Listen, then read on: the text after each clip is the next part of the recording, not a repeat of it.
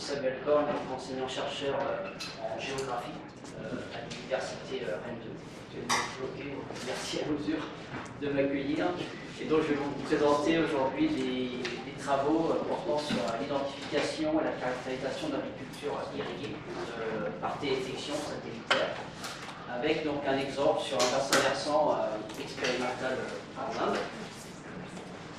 Donc ces travaux, les travaux que je vais vous présenter aujourd'hui ont été réalisés dans le cadre d'une ANR qui s'appelait ACHA, qui était dirigée par Laurent Ruiz, collègue de l'INRAE de l'UMRSAS à Rennes, et donc qui visait donc à accompagner l'adaptation de l'agriculture irriguée dans le cadre du changement climatique en Inde, et donc qui s'est terminé en fin de l'année passée, et qui visait plus spécifiquement donc, à développer des méthodes fiables et pratiques pour évaluer donc, la durabilité des systèmes agricoles en Inde.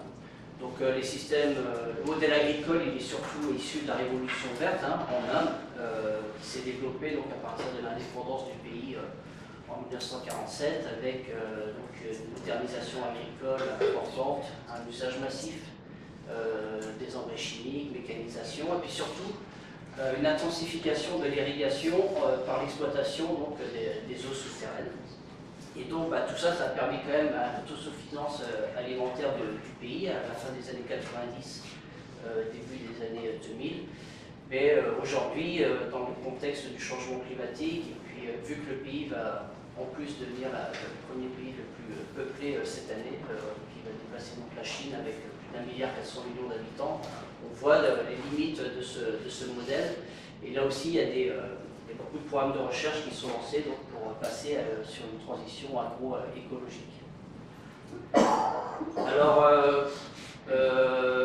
en Inde, l'agriculture est surtout basée sur l'irrigation, qui date depuis très longtemps, mais on voit bien que l'usage de la ressource en eau issue des nappes phréatiques eh bien, a pris le pas dès les années 85-90, notamment grâce à la mécanisation agricole. Et donc on voit bien aussi que l'Inde est le plus grand utilisateur de la ressource en eau au niveau mondial, avec à peu près 250 km3 par an qui sont utilisés donc, pour l'irrigation agricole. Alors en Inde, la cartographie de ces cultures irriguées représente un enjeu majeur pour les acteurs locaux notamment. Et donc il y a un outil qui est privilégié, c'est la détection satellitaire. Donc moi je vais surtout vous présenter des travaux issus de traitements d'images satellitaires pour caractériser un petit peu les cultures irriguées.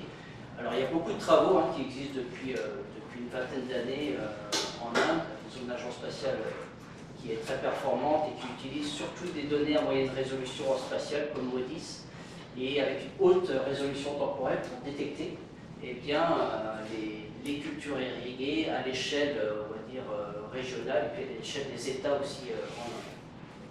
Alors c'est surtout effectué à partir d'indices de végétation comme le NDVI, donc qui permet donc d'identifier des cultures avec une forte activité chlorophyllaire en gros, et indirectement donc extraire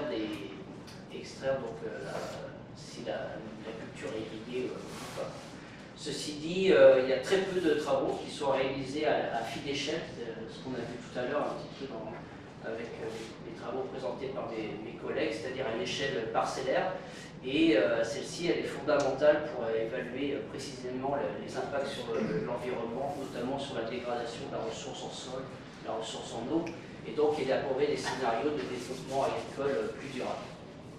Donc c'est dans ce cadre général que le labo et le TG intervenaient dans ce programme pour évaluer notamment l'apport des images satellitaires multisources. Alors, je vais surtout de vous présenter les travaux issus d'images optiques, mais on a essayé aussi les images radar, sans succès, pour identifier les cultures irriguées à une échelle parcellaire, et puis aller un petit peu plus loin encore, non seulement les identifier, mais les caractériser. Là aussi, il y a très peu d'informations qui existent en Inde sur les cultures, sur leur localisation, leur rotation, en tout cas au niveau de la formation spatialisée.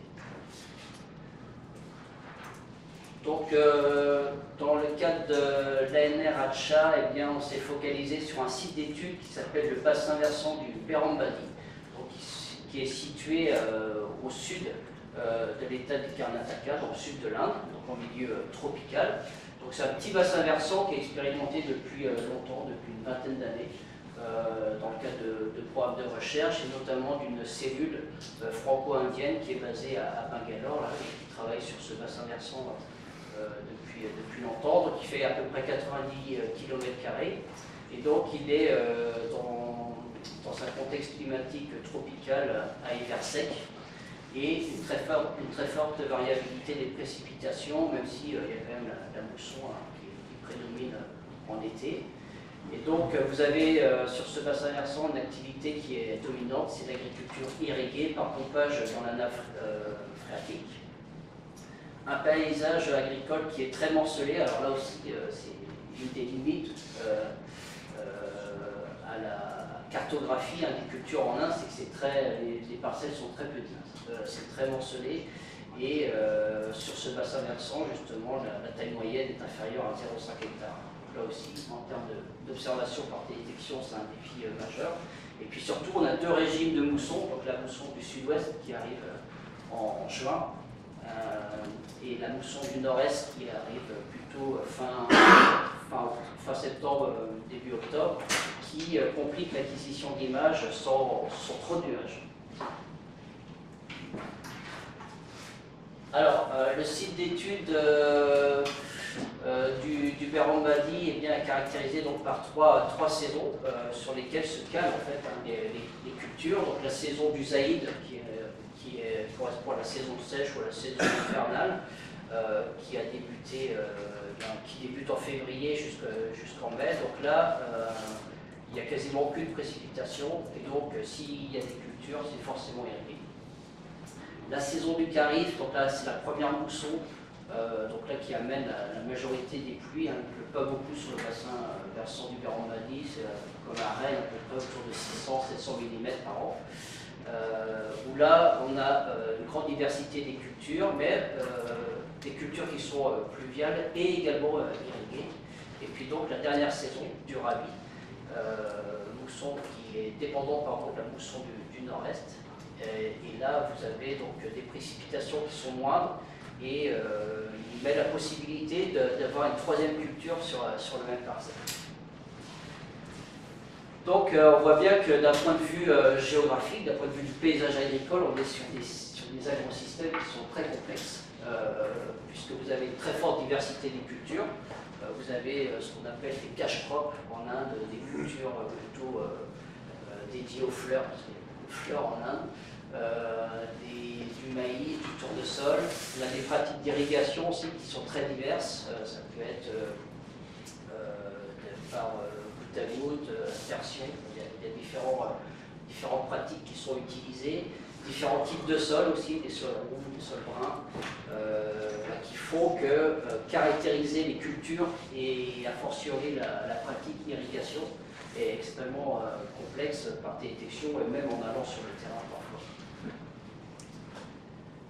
Donc, associé à cela, donc, vous avez donc des calendriers culturaux qui sont complexes aussi, qui sont beaucoup moins cadrés que ce qu'on peut avoir ici en Bretagne par exemple, et donc eh bien, on a besoin pour caractériser ces différentes cultures comme le curcuma, la canne à sucre ou la betterave, eh bien, des acquisitions qui soient quotidiennes, enfin qui soient en tout cas le plus résolues temporellement pour pouvoir eh bien, les identifier et surtout les caractériser. Donc là vous avez quelques photos là, sur le bassin versant. Qui montre un petit peu cette complexité. C'est vrai qu'on peut avoir, par exemple, pour le maïs, eh bien, des maïs qui viennent d'être semés en début de mousson, et puis d'autres qui vont être beaucoup plus couvrants d'un point de vue de la végétation sur le sol, donc c'est pas toujours évident de les identifier. Donc moi ce que je vais vous montrer aujourd'hui, eh bien, c'est les résultats de la détection de l'irrigation, mais sur différents pas de temps, parce que c'est ce qu'on voulait aussi montrer, c'est voir un petit peu, avoir un peu de profondeur historique. Donc là, on a fait un premier suivi des cultures irriguées à l'échelle intra-annuelle, depuis les années 90 jusqu'à aujourd'hui. Un suivi plus récent à l'échelle intra-annuelle. Alors je me suis trompé, c'est interannuel pour le premier, intra-annuel pour le second, et donc une identification pour le troisième sur une saison culturelle à l'aide de données multisources un petit peu plus résolues spatialement. Je vous montrerai donc les principaux résultats. Alors au niveau du suivi des cultures irriguées depuis les années 90. Donc là, je vous montre un des résultats qui avait été publié par notre doctorant Amit qui travaillait sur ce sujet. Et donc vous avez ici la cartographie à l'échelle parcellaire des cultures irriguées, donc de février 91 à mars 2016, c'est-à-dire durant la saison sèche, ou durant l'hiver pour l'Inde. Et donc là, ce qu'on peut voir, c'est que dans les années 91, sur la carte en haut à gauche, eh bien, vous avez très peu de cultures irriguées qui sont en rouge. Et on voit que depuis la mécanisation et puis le fait aussi que l'électricité soit gratuite pour pomper la nappe phréatique, eh bien, vous avez une multiplication des cultures irriguées avec des proportions qui ont largement augmenté de 90 à 2016, passant de 5% de la SAU jusqu'à 15%, voire même plus, 18% de la SAU au niveau du bassin versant. Donc là, ce sont des cultures qui sont assez faciles à détecter, parce que l'été, il n'y a pas de précipitation. Donc s'il y a des cultures, elles sont forcément irriguées. Donc là, c'est un exemple précis qui montre aussi ce qui se passe à l'échelle de tout le sud de l'Inde, mais également du nord-ouest du pays. Alors une échelle plus récente sur les 3 saisons, donc le summer c'est entre février et juin. Le kharif c'est durant le mois de juin jusqu'à fin septembre, et le rabi c'est on va dire d'octobre jusqu'à janvier. Eh bien vous avez aussi, on a réussi à avoir des images pendant la mousson, donc des images qui soient exploitables sans trop de couverture nuageuse. Et donc on voit que même durant la mousson, eh bien, vous avez une irrigation qui est importante. Ceci dit, les niveaux d'incertitude sur la précision des résultats, elle est quand même beaucoup plus importante durant le kharif et le rabi. Donc là aussi, on se base sur des séries d'images multitemporelles, et donc où on extrait des indices de végétation qui nous permettent d'identifier ou pas les cultures irriguées. Et tout ça, c'est validé, bien évidemment, par des données de terrain.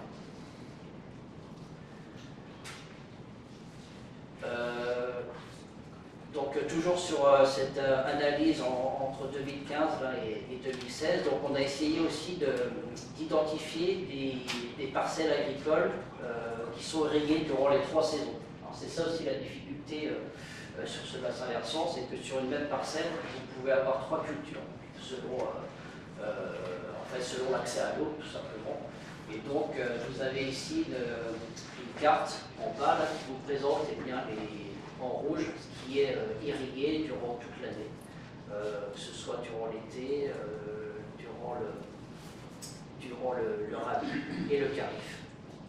Donc ça concerne surtout quand même ces cultures-là, les cultures on va dire pérennes, qui sont sur 1 an ou 2, comme la banane, la canne à sucre, et puis les cultures on va dire de cash crop, comme le turmeric.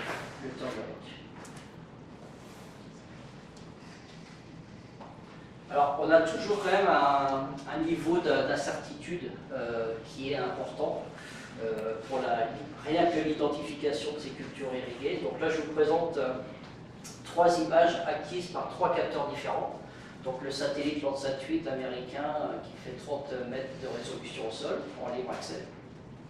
Le pendant européen qui s'appelle Sentinel-2, lui aussi en accès libre, qui a une résolution de 10 mètres sur 10 mètres, c'est-à-dire que chaque pixel fait 10 mètres sur 10 mètres. Et puis là, une image beaucoup plus résolue de l'Agence spatiale française, de Pléiades, avec des images qui font 2 mètres sur 2 mètres. Et on voit bien hein, la richesse spatiale de ces données Pléiades pour une meilleure ou plus fine caractérisation des cultures irriguées notamment.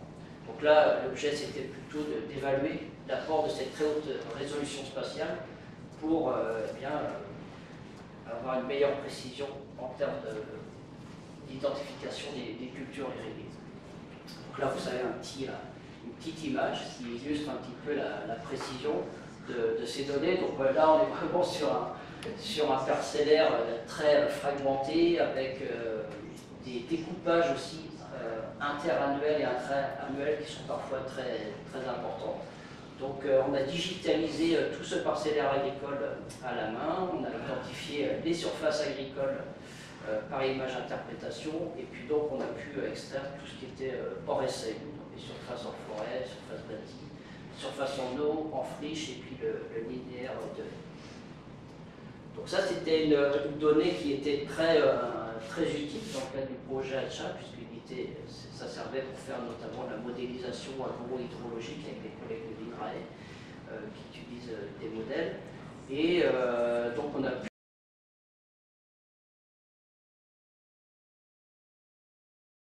au moins bien identifier tout le parcellaire agricole et donc récupérer une information donc, à l'échelle de la parcelle.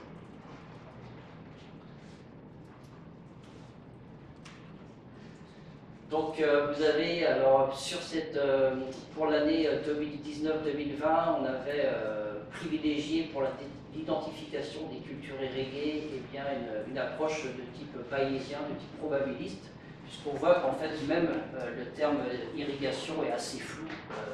C'est quoi l'irrigation? Est-ce que c'est irrigué une seule fois dans la saison ou est-ce que c'est irrigué pendant toute la saison culturale? Donc on a privilégié des méthodes probabilistes qui donnent donc une probabilité d'appartenance à la parcelle pour l'hypothèse irriguée ici, et qui est beaucoup plus fiable finalement que ce soit pour être assimilé dans d'autres modèles ou pour les acteurs locaux. Alors, ceci dit, on peut prendre quand même une décision, notamment en faisant le maximum de crédibilité. Et donc, vous avez ici une matrice de confusion qui vous montre que pour l'irrigation, on arrive bien à la détecter. Sur les 148 parcelles de validation, les 148 avaient été correctement classifiées. Par contre, on a vraiment une surdétection des parcelles non irriguées. Donc là, on a encore un niveau de précision qui est à améliorer. Alors, comme bilan, si on se focalise uniquement sur la partie cartographie des cultures irriguées, donc on voit bien que ça a très fortement progressé depuis les années 90 sur le site du Béran-Badi, qui est un bon indicateur de ce qui se fait en Inde. Au niveau satellitaire, bien, on voit bien qu'il faut combiner la haute résolution spatiale et la haute résolution temporelle pour avoir des cultures, une identification des cultures irriguées qui soit le plus précis possible. Alors on a testé les images radar. Alors les images radar, c'est hyper intéressant en contexte tropical puisque ça traverse les nuages. On a une information, vu qu'on est dans des grandes longueurs d'onde, qui ne sont pas perturbées par la couverture nuageuse. Ceci dit, vu la complexité du paysage du Béran-Badi, on n'a pas réussi à extraire des informations qui soient en tout cas fiables pour la détection notamment de l'humidité des sols. Et donc la caractérisation des cultures irriguées, c'est-à-dire le type de culture qui est irriguée, là aussi ça reste un challenge scientifique majeur parce qu'on a quand même beaucoup de confusion entre certaines classes et puis surtout on a plein de classes d'occupation des sols possibles.